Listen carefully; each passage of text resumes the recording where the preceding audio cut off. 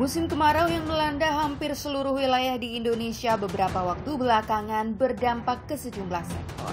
Sektor pertanian menjadi korban paling parah akibat kekeringan berkepanjangan. Kekurangan air akibat musim kemarau membuat sebagian besar sektor pertanian harus menghadapi resiko gagal panen. Harga bahan pokok yang bersumber dari sektor pertanian merangkak naik akibat stok yang menipis. Salah satunya beras. Mengantisipasi kondisi ini, Presiden Joko Widodo pun membuka keran impor. Presiden menilai cadangan beras Bulog belum mencukupi kebutuhan nasional. Stok yang ada di Bulog sekarang ini 1,7 juta ton, kita masih menambah lagi sampai akhir tahun kira-kira 1,5 juta. Kenapa kita tambah 1,5 juta ton cadangan kita? Karena El Nino apapun memberikan pengaruh pada produksi, memberikan pengaruh pada hasil panen yang ada. Meski demikian, impor beras tersebut ternyata tidak serta-merta menjadi solusi terbaik. Karena hingga saat ini, harga beras di sejumlah daerah masih tinggi.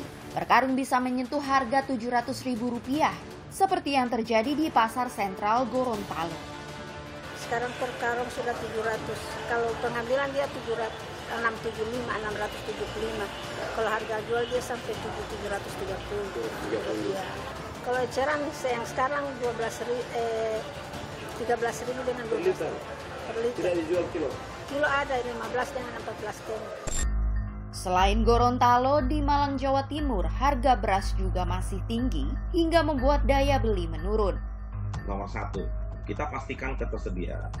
Kalau kita bicara harga itu biasanya supply and demand. Pada saat supply GKP seperti hari ini, hampir nggak ada gabah kering panen di bawah 7.000, susah gitu ya. Harga GKP hari ini di atas 7.000. Kemarin kita dapati udah 7.800. Itu daerah dekat sini ya, Brebes ya.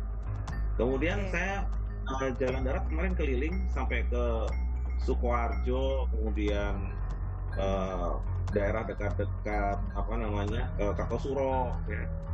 Itu saya pastikan bahwa memang harga GKP itu tinggi gitu.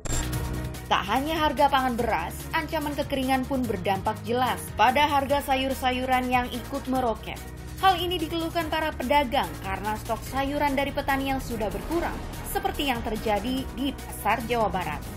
Misalkan dari Pangalengan nih, kayak wortel, bagus kan kalau dari Pangalengan sekarang udah jarang. Ngambilnya dari Sukabumi, Cianjur, kayak gitu. Jadi biasa dari pelosok yang tertentu sekarang kosong, karena ya mungkin kemaraunya terlalu kenceng. Dampak kenaikan harga sayur sangat dikeluhkan oleh konsumen ibu rumah tangga. Para ibu rumah tangga mengaku harus rela menekan anggaran belanja kebutuhan rumah tangga. Ya kerasa banget sih ini harga-harga pada naik ya.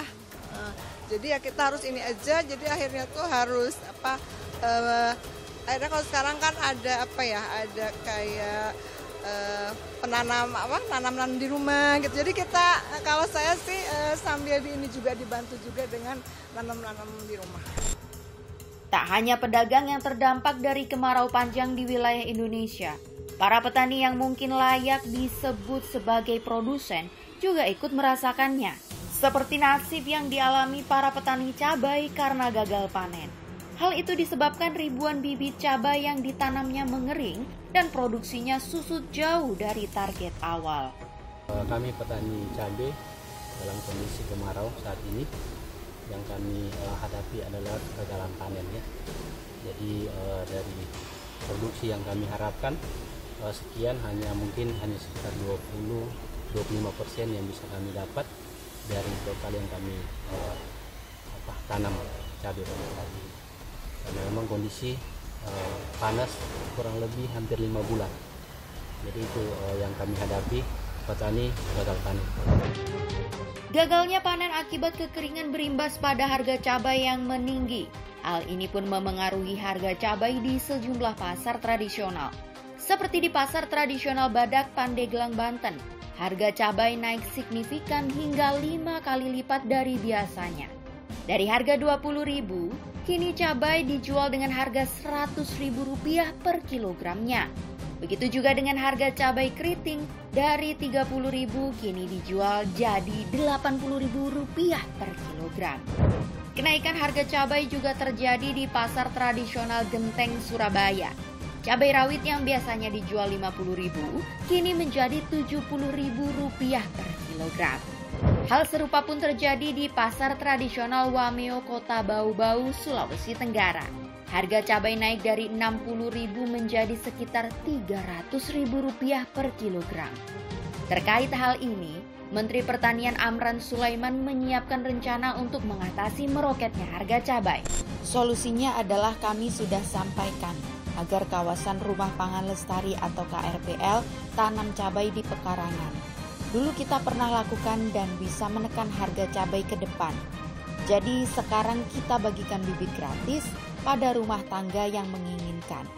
Kerjasama antara kementerian dan lembaga pemerintah untuk menciptakan terobosan mengatasi persoalan masih dinanti. Menjamin ketahanan pangan menjadi tanggung jawab paling besar pemerintah bagi rakyat Indonesia. Ancaman gagal panen tak sekedar memengaruhi para petani. Ancaman gagal panen akan berdampak pada ekonomi nasional secara menyeluruh. Ketahanan pangan adalah kewajiban yang harus dilakukan di antara kesibukan persiapan menghadapi riuh rendah politik menjelang pemilu pada 2024 mendatang.